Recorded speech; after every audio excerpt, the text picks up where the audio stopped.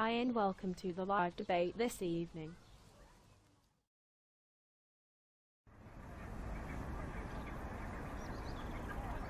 Hi, my name is Jane and today we will be discussing prostitution. Hi, I am Will and I will follow Jane on her debate of women's rights and prostitution. Did you know that prostitution is the oldest profession and goes back to ancient Greece? Women have been working the streets since time began. You don't own me. I'm not just one of your many toys. You don't own me. Don't say I can't go without the...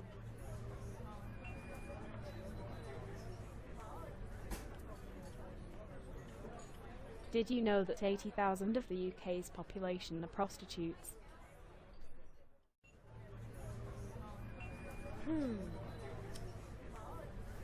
Much of the current debate on prostitution is whether prostitution is work, or a form of violence in which women need saving from.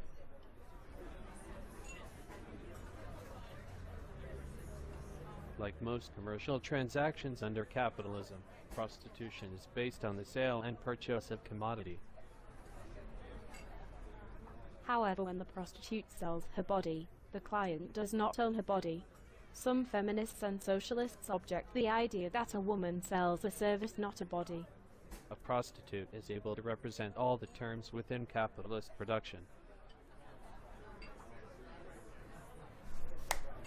I agree. She is able to be the human labor, the object of exchange, and also the seller. Today I will be meeting up with Sarah.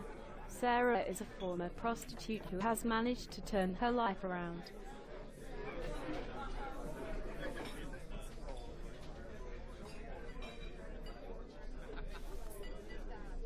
Hi, Sarah, my name is Jane. Today I will be asking you about your former job, if you are happy to talk about it with me. Of course, I hope I can answer all the questions you have to ask.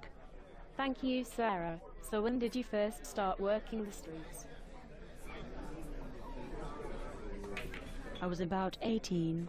It was a really hard thing for me to do, but my mother was sick and could not work, so I had to start prostituting to put food on the table. I am sorry to hear that. And how long were you prostituting for? Until I was 30 years old. It is a very hard job to get out of. So do you consider prostituting to be a profession, as some people may call it slavery? Most sex workers are neither slaves nor wage laborers, mainly due to legal restrictions. In some ways prostituting was a job to me, however I also felt as if my labor was exploited. I agree. Even when the wage is paid at the full value of the labor power, a fair exchange in capitalist terms, the worker is exploited. I would wait on the streets for someone to come along and pray that they did not want to hurt me. Each night I would go home and be covered in bruises. Did you feel oppressed by the clients you had? Yes, I did. I also felt oppressed by the state, who deny prostitutes of basic human and legal rights. People like me are stereotyped as common prostitutes. I can understand what you are saying. Were you also denied custody of your child?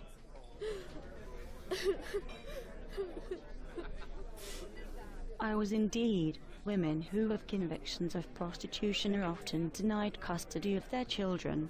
This was when I knew I must change my life. Thank you for talking with me today, Sarah.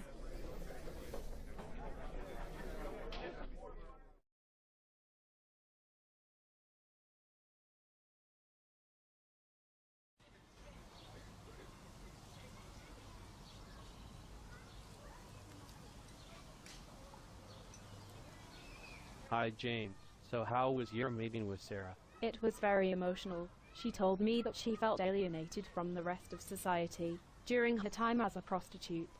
It is clearly the most vulnerable women, those with no money, poor education and little social support, who suffer the most.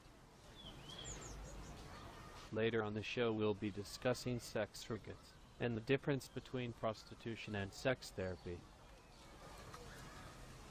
But first we will be meeting feminist Ruby, who will give us her view on prostitution.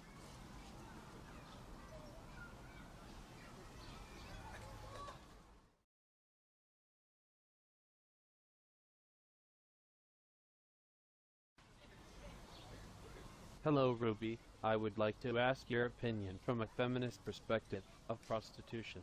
Hi, Will. Thank you for having me on the show this evening. Feminists see prostitution as the absolute embodiment of patriarchal male privilege. Prostitution remains morally undesirable because it is one of those most graphic examples of men's domination over women. Some may say that sex work could be beneficial to women as it may be very profitable. Also, many women enjoy work that allows them to creatively express their sexuality. Do you disagree with this? I do indeed disagree with that statement, as I believe that prostitutes are oppressed and victims of heavy violence. There are many different feminist views on prostitution, although my personal feminist view is that prostitution is morally wrong. I believe that it should be made illegal, so we can put a stop to endless violence and suffrage of sexually transmitted diseases. I agree with what you are saying. Also, from the market liberal perspective, women are seen as just a body which can be bought and sold.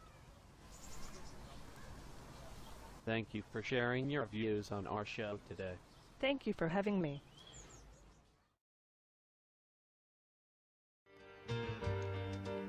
You don't own me. I'm not just one of your many toys. You don't own me. Don't say I can't go without the boy.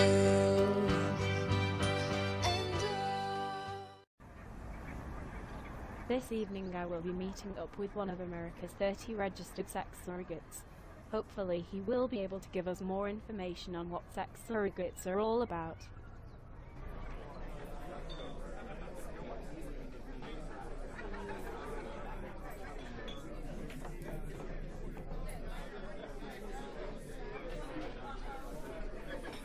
Hello there, Joe. My name is Jane and I was hoping you could tell us more about sex surrogates today. Hello, Jane. I am happy to tell you all I know about my job. So what exactly is a sex surrogate? A sex surrogate is someone who provides therapy to disabled people by teaching them sensations they're likely to have never experienced before. So what exactly does it involve? It is a very gradual, sensual process in which the client must get used to holding hands, caressing and kissing. And does the client pay for this experience?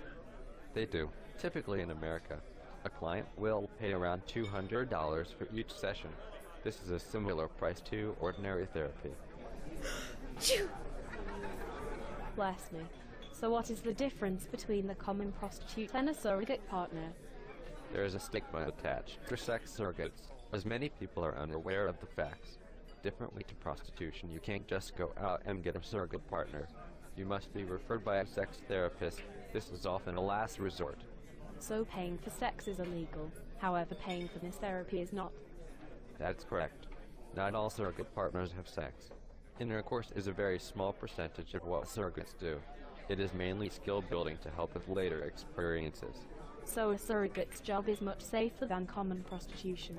Do you believe that clients should pay for the service you provide? Prostitutes often have no choice. However, this is a job I wanted to do. I trained for a long time to be a surrogate, so it is much more complex than prostitution. I believe that clients should pay for the service as it is no different to paying for common therapy. I understand what you are saying. Thank you for sharing your opinions with me today. I wish you luck in your career. I hope people now have more of an understanding of what my job is all about.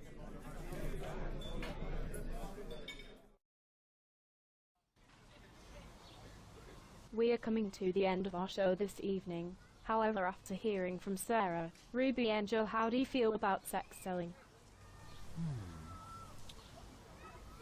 Well, I believe that women all over the world are being alienated through prostitution. And I personally believe that the clients of sex surrogates are being exploited. I agree with your view. Thank you for joining me on the show this evening, Lil. Next time on the show, we will be discussing animal cruelty.